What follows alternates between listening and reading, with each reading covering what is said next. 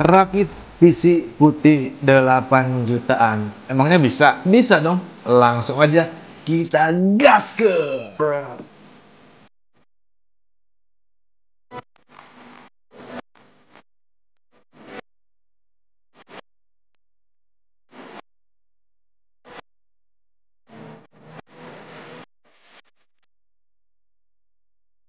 Jadi di sini kita akan rakit PC putih yang apik dan cantik dengan budget hanya dengan 8 jutaan aja. Performanya masih bisa dipertimbangkan dan secara estetik mantap. Tapi yang pertama jelas akan kita bahas dulu komponen-komponen dari PC yang akan kita rakit ini. CPU Ryzen 5600X. Ini adalah prosesor sweet spot. Harganya oke, performanya juga oke, mumpuni banget buat ngapain aja.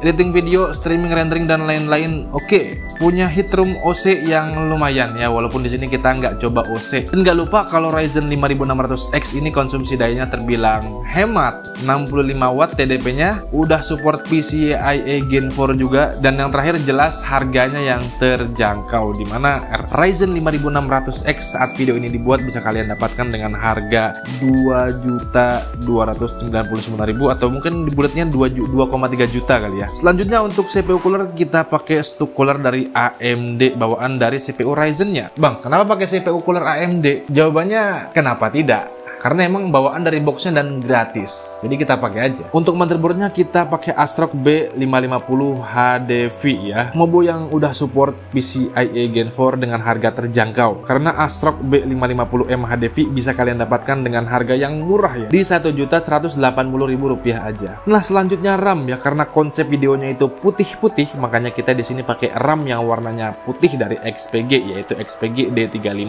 16GB dual channel. Ya walaupun sebenarnya ini karena punyanya cuma ini ya.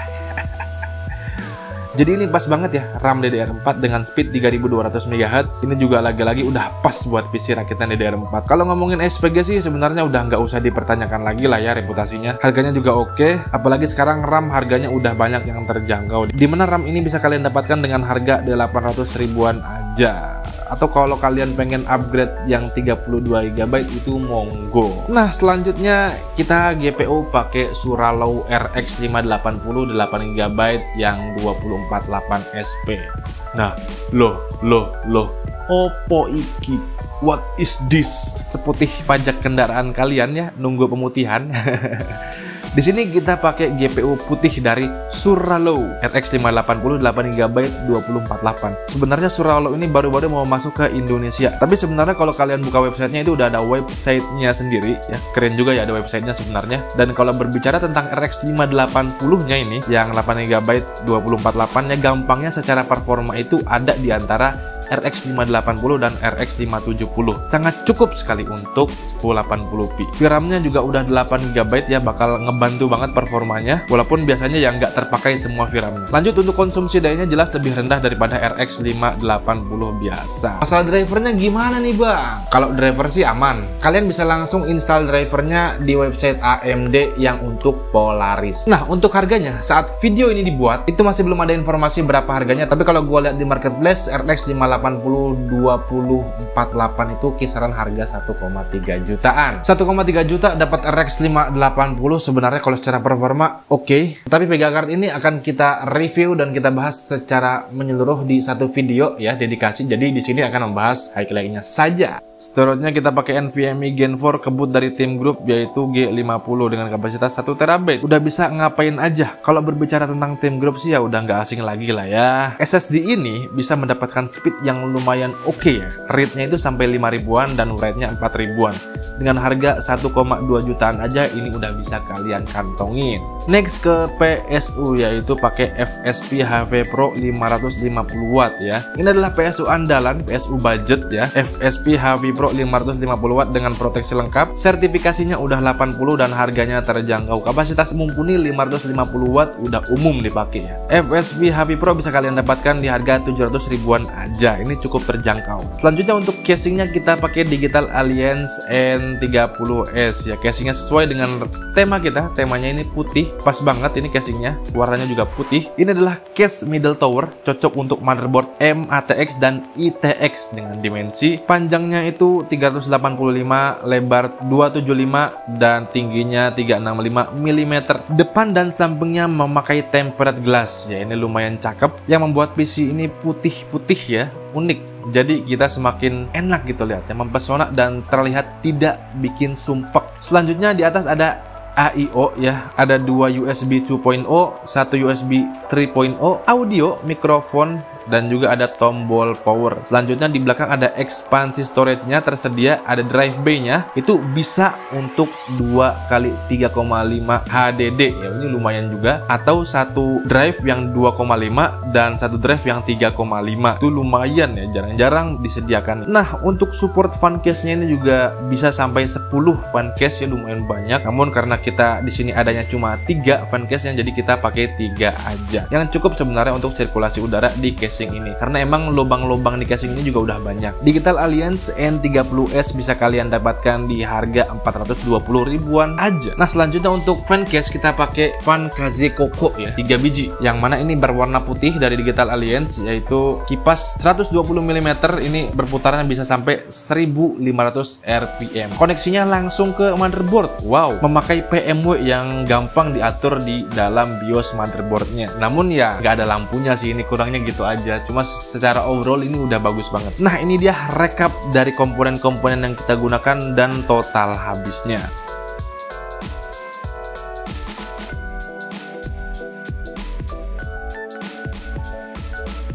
Nah, lalu pertanyaannya, Bang, udah disebutin nih semua komponennya, gimana performanya? Langsung aja kita lihat performanya.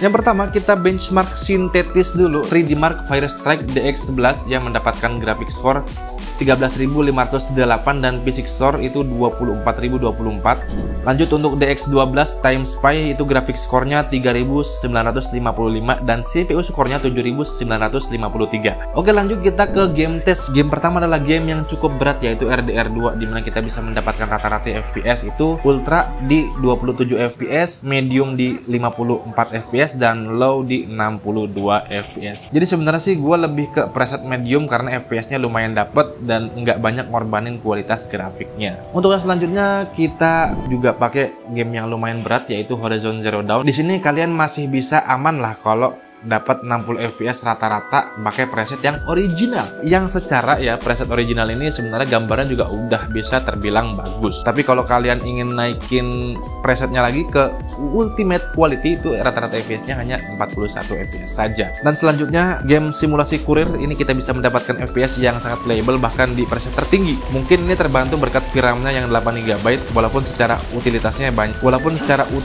masih banyak banget yang belum terpakai dari VRAM-nya. Jadi bagi kalian yang mau jadi kurir-kurir di luar angkasa, ini bisa banget kalian pakai PC 8 jutaan ini.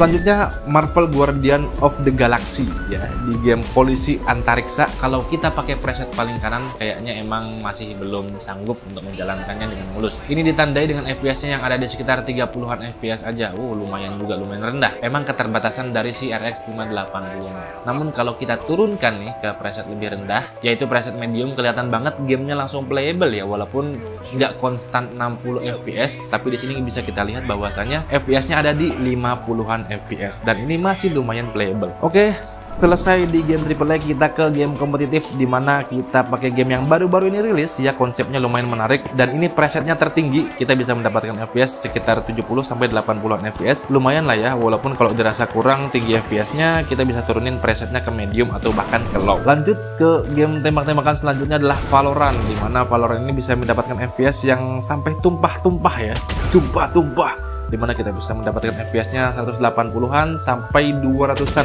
Yang notabene-nya ini sangat tinggi sekali, apalagi masih banyak dari kalian yang pakai monitor 60 atau mungkin 75 Hz ya. Bahkan monitor gua aja cuma 100 Hz. Last ya, yang terakhir kita CS:GO. Bisa dapat FPS sekitar 90 sampai 100-an FPS. Ini udah lumayan banget di grafik tertinggi dari gamenya. Udah sangat cukup sekali untuk keker-keker kepala musuh, headshot. Mantap.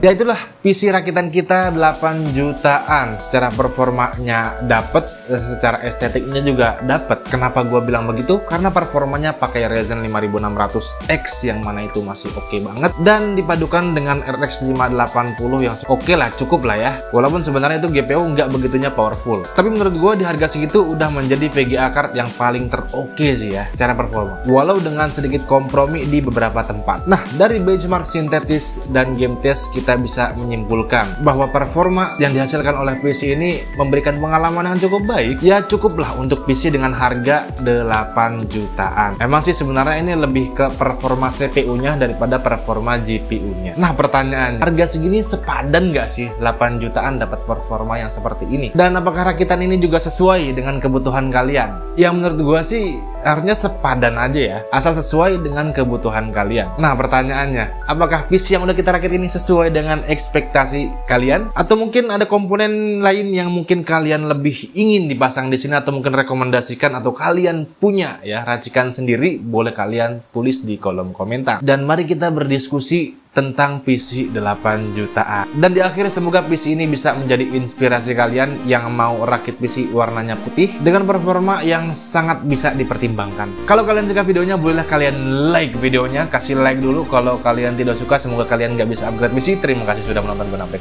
habis, and always see you next time. Wassalam.